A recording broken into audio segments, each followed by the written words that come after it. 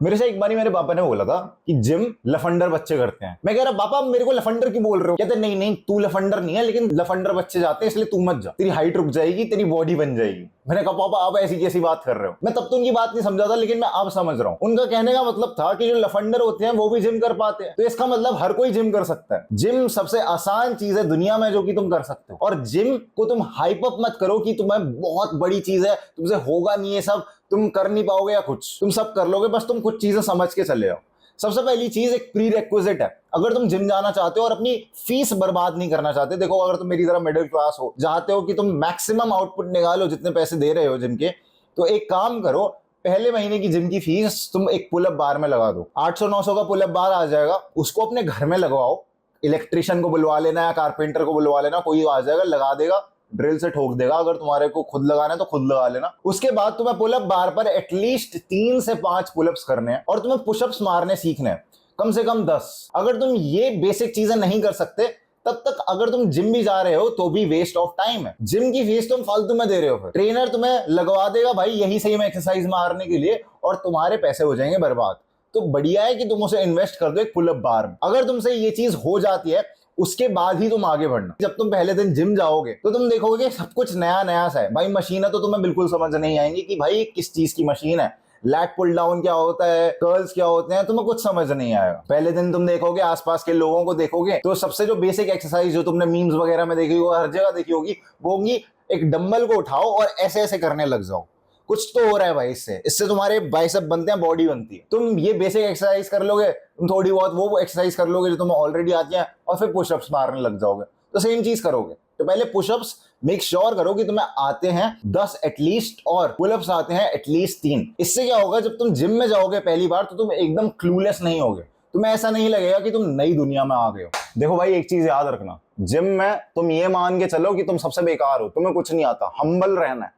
तुम बिल्कुल भी वेट ज्यादा मत उठाना, अपने आप को डफर मानना, बेकार मानना, तो अपने आप को मानना कि तुम्हारे मसल कभी बनेंगे ही नहीं, कि तुम हेल्थ के लिए जा रहे हो। अपने आप को ऐसे गैसलाइट करके चलो, बिकॉज ये जर्नी सबके लिए डिफरेंट होती है। किसी बंदे के हद से ज्यादा जेनेटिक्स अच्छे होंगे और उसकी जल्दी से बॉडी बन जाएगी, बहुत तगड़ी बॉडी बन जाएगी।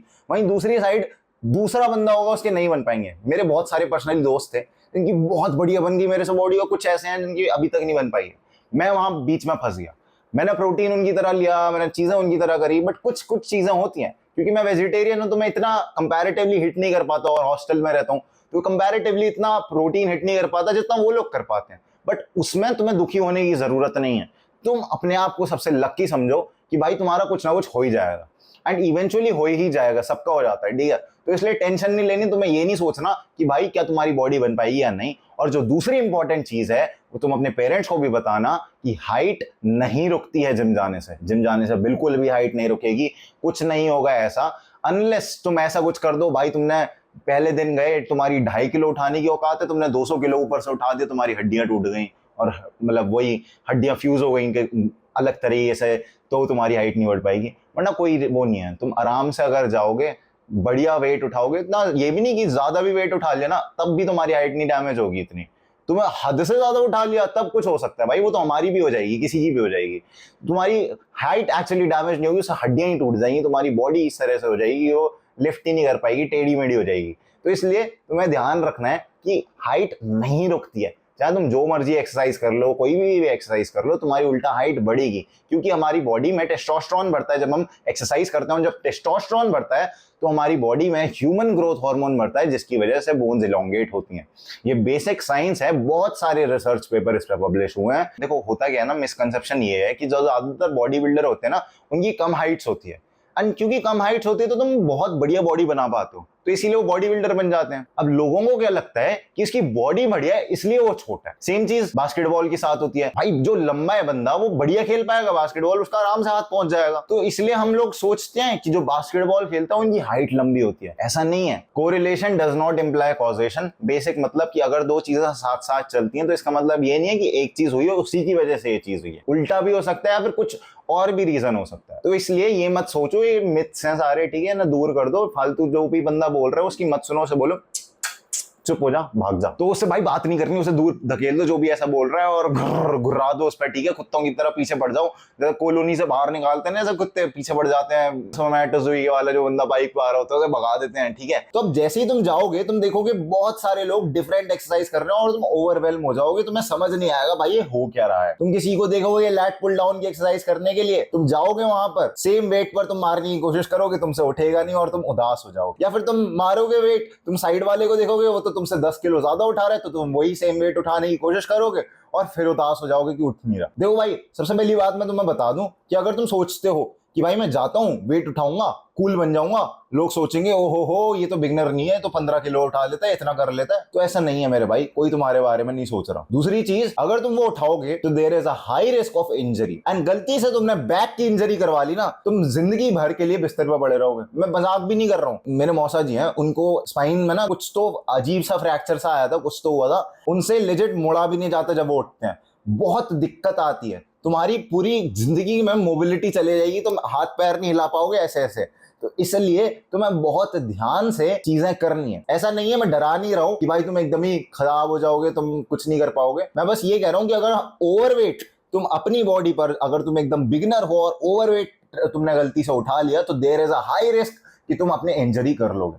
तो इंजरी से हमें दूर रहना है, इंजरी सबसे खराब चीज है, उससे तो फिर तुम जिम जा ही नहीं पाओगे। इसलिए तुम्हें हम्बल रहना है जिम में जाकर, और भाई आराम से छोटा वेट उठाना है, 2.5 किलो उठाना है, 5 किलो उठाना है, उससे अभी ऊपर जाने की सोचना नहीं है। पहले महीने के लिए तुम्हें सिर्फ और सिर्फ कम वेट से एक्सरसाइज करनी है। कम वेट क्यों बोल रहा हूं भाई, ज्यादा वेट उठाएंगे तो ज्यादा बॉडी बनेगी, ऐसा नहीं है मेरे भाई, ये सबसे बड़ा मिसकंसेप्शन है। तुम्हें ये चीज जाननी है कि तुम जितना कम वेट उठाओगे उससे होगा क्या, इसके पीछे की साइंस पहले जान लो, उसके बाद मैं तुम्हें बताऊंगा कि तुम्हें करना क्या।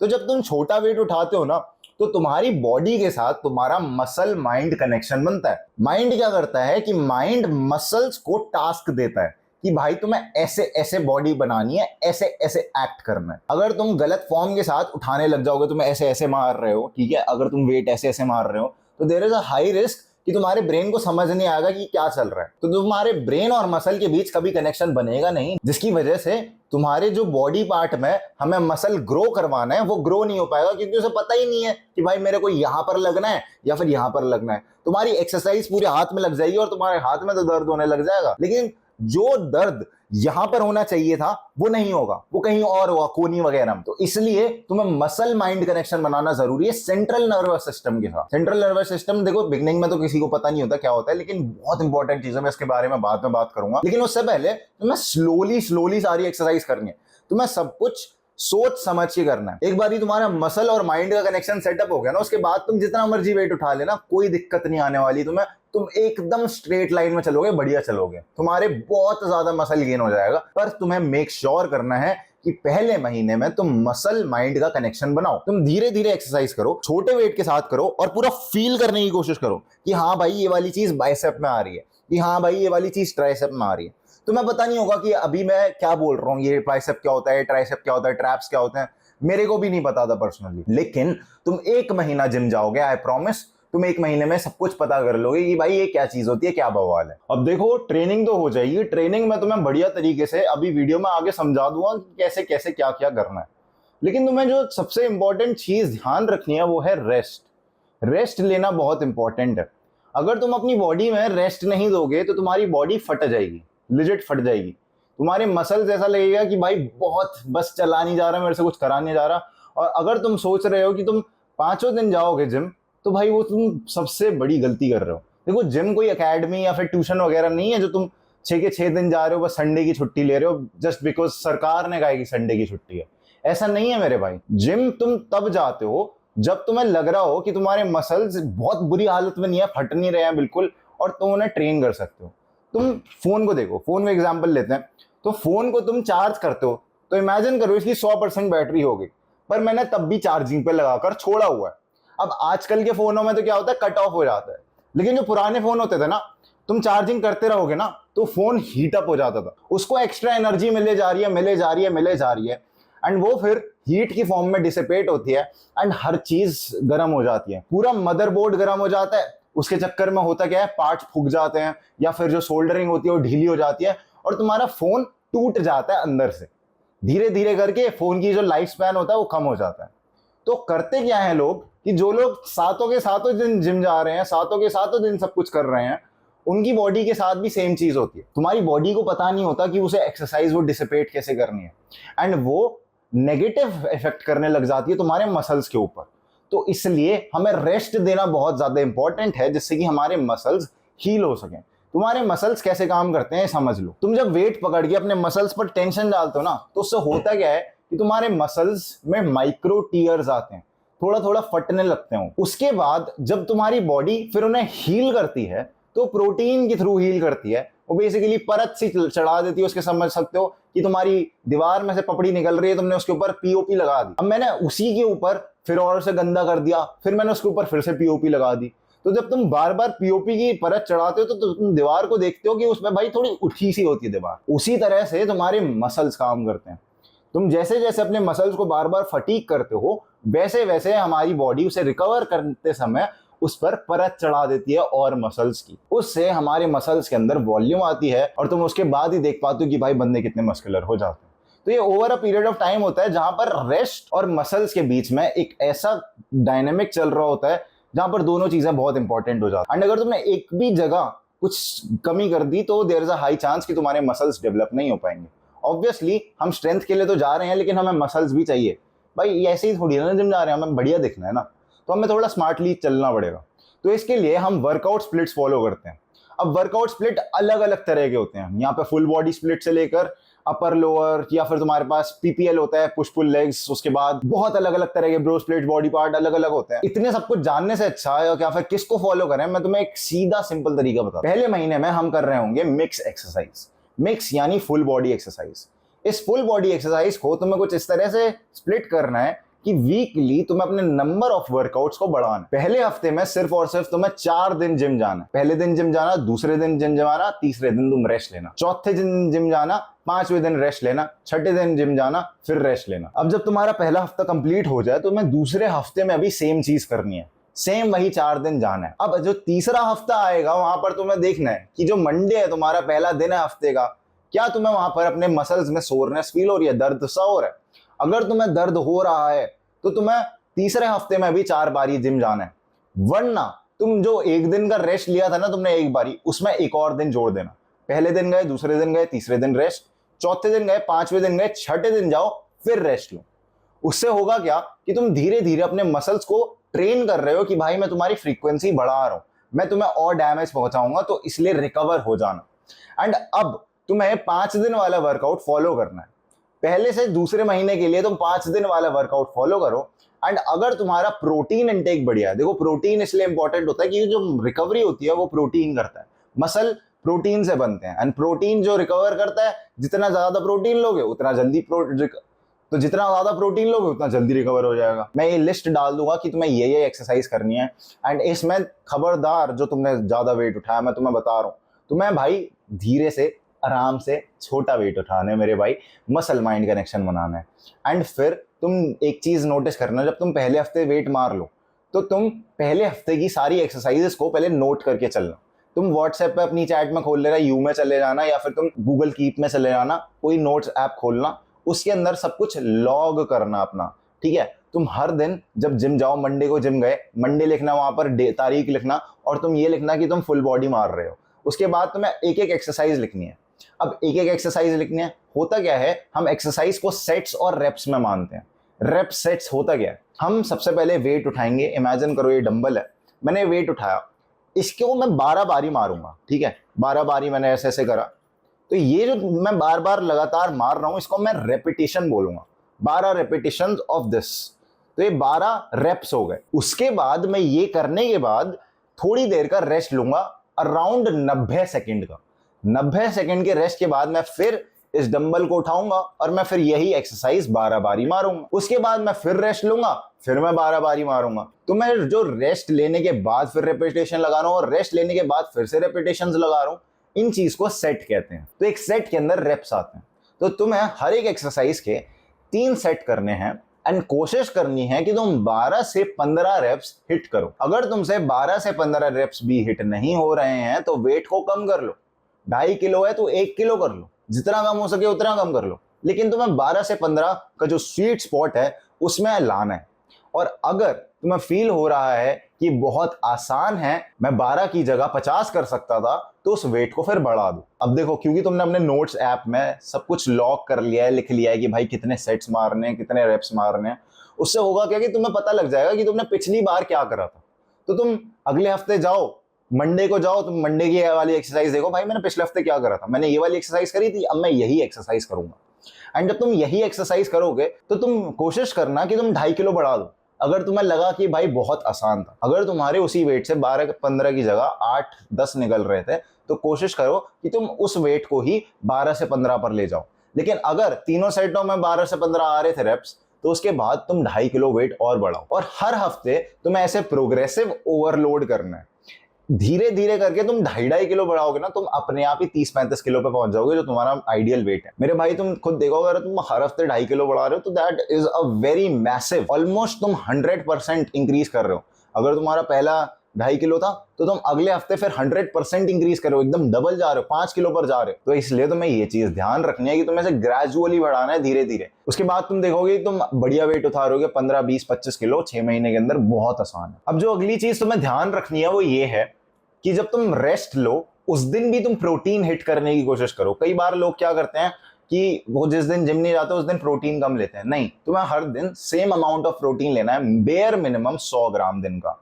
अगर तुम 100 ग्राम हिट कर पा रहे हो बहुत आसानी से, तो तुम्हें क्या करना है, अपने बॉडी वेट को मल्टीप्लाई करो 1.6 से, और उसके बाद तुम्हें उतने ग्राम प्रोटीन खाना है। तो इमेजिन करो, मैं कैलकुलेटर खोल लेता हूं, ठीक है, तुम्हारे सामने। इमेजिन करो, लेट्स से मेरा जो बॉडी वेट है वो है 74 किलो, ठीक है, मैं 74 केजीज का हूं।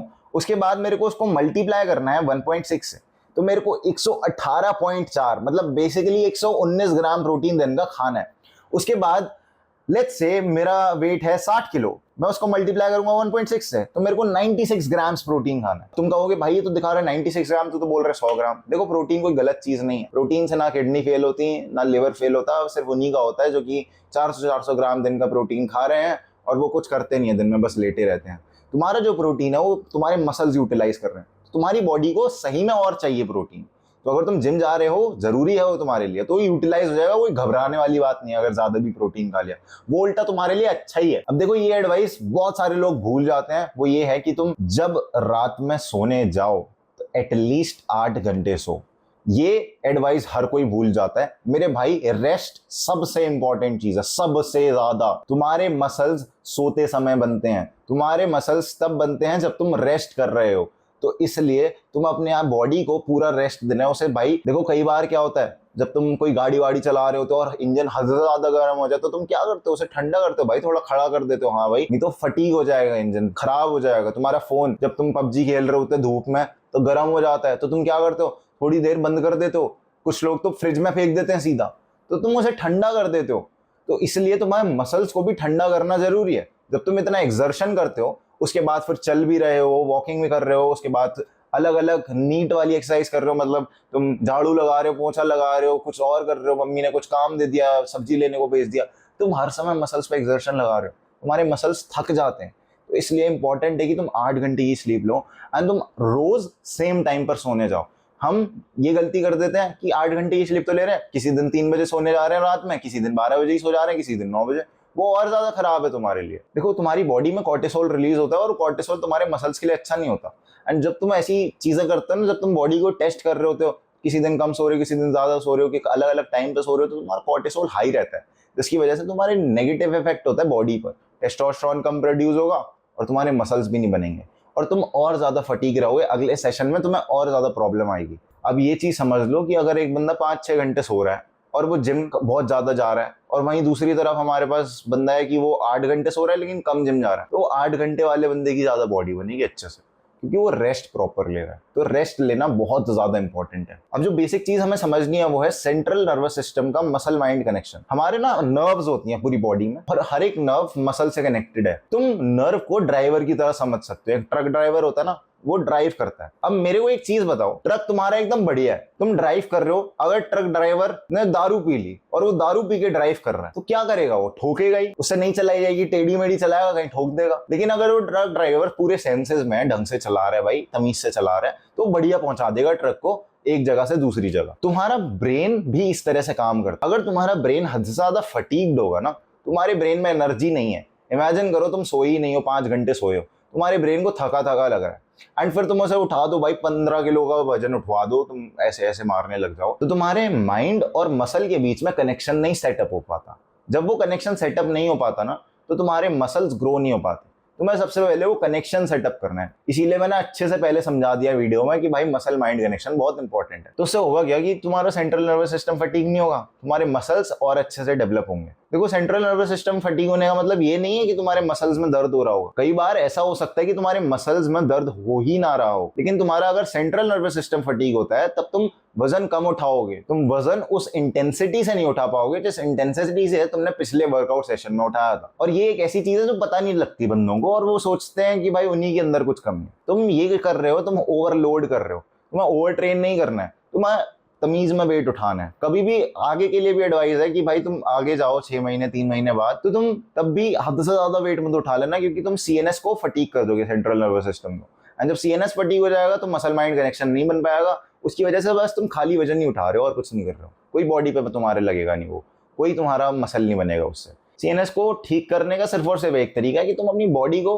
प्रॉपर रेस्ट दो, और कोई तरीका नहीं है। अब देखो, मैं तुम्हें बेसिकली बॉडी पे बता दूं कि मसल माइंड कनेक्शन की क्या क्या टेक्निक्स होती हैं। तुम्हारी इमेजिन करो बेंच है, ठीक है, बेंच जो होती है उस पर लेट के, खड़े होकर, कैसे भी तुम एक्सरसाइज कर सकते हो। तुमने सीधी सेट कर ली।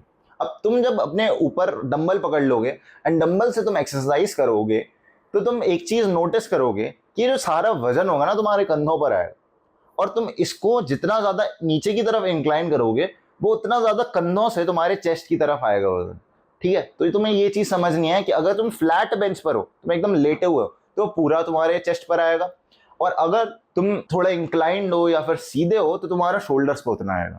ये डिस्ट्रीब्यूशन चेंज होता जाता है। यूजुअली क्या होता है, जब हम बेंच सेट कर रहे होते हैं ना, जो तीसरा खाना होता है उस पर तुम्हारे चेस्ट पर सबसे बेस्ट आता है, तो तुम तीसरे खाने पर सेट करना, जब भी चेस्ट मारो इंक्लाइन, तो उससे अपर चेस्ट आता है तुम्हारा, बहुत बढ़िया। और अगर तुम सीध में बैठे होगे, एकदम ऐसे ही बैठे हो नॉर्मली, और ऐसे मार रहे हो, तो उससे तुम्हारे कंधे चौड़े होंगे। तुम्हारे जो कंधे होते हैं ना, ये सबसे एस्थेटिक मसल ग्रुप होता है। तुम्हारे कंधे जितने चौड़े हैं, इतने बढ़िया हैं, उतना राउंडेड शोल्डर है, तुम उतने बढ़िया दिखोगे। उसके बाद जो दूसरी चीज है, बाइसेप्स। बाइसेप क्या होते हैं? बाइसेप तुम्हारा ये वाला मसल होता है, ठीक है, कोई फ्लेक्स नहीं है भी नहीं इतना खास अभी, ठीक है, प्रोटीन नहीं हो रहा हिट, पर कोई बात नहीं। तो ये जो बाइसेप होता है, ये बनता है तुम्हारा इस वाले मूवमेंट से। तो इस वाले मूवमेंट को तुम देखने की कोशिश करो कि तुम बढ़िया ये कर पाओ। तो ये करने के लिए तुम्हें अपने एल्बोस को स्टेबल रखना है और ये लिफ्ट करना है। कोशिश करना कि तुम ये वाला जो मूवमेंट है ये मशीन पे करो। प्रीचर कर्ल की मशीन होती है, वो सबसे बेहतर होती है, सबसे बेस्ट होती है। उसके बाद ये वाला जो मसल ग्रुप होता है पीछे वाला, इसको हम ट्राइसेप बोलते हैं, ठीक है। ट्राइसेप की खींचने वाली एक्सरसाइज होती है, जितनी भी तुम रोप पर देखोगे ऐसे ऐसे खींच रहे होंगे ना, वो सारी ट्राइसेप की एक्सरसाइज होती हैं।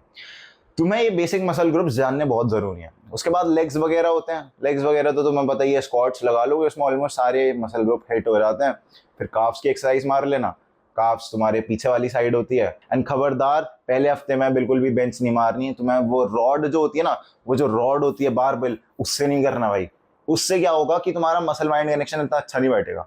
हम पूरा proper muscle mind connection setup कर रहे हैं, हम सोच समझ के कर रहे हैं जिम, तो इसलिए तुम्हें डंबल्स फ्री वेट से उठाना है। और मशीन कर सकते हो, मशीन में लैट पुल डाउन की एक्सरसाइज मैंने मेंशन कर दिया अच्छे से।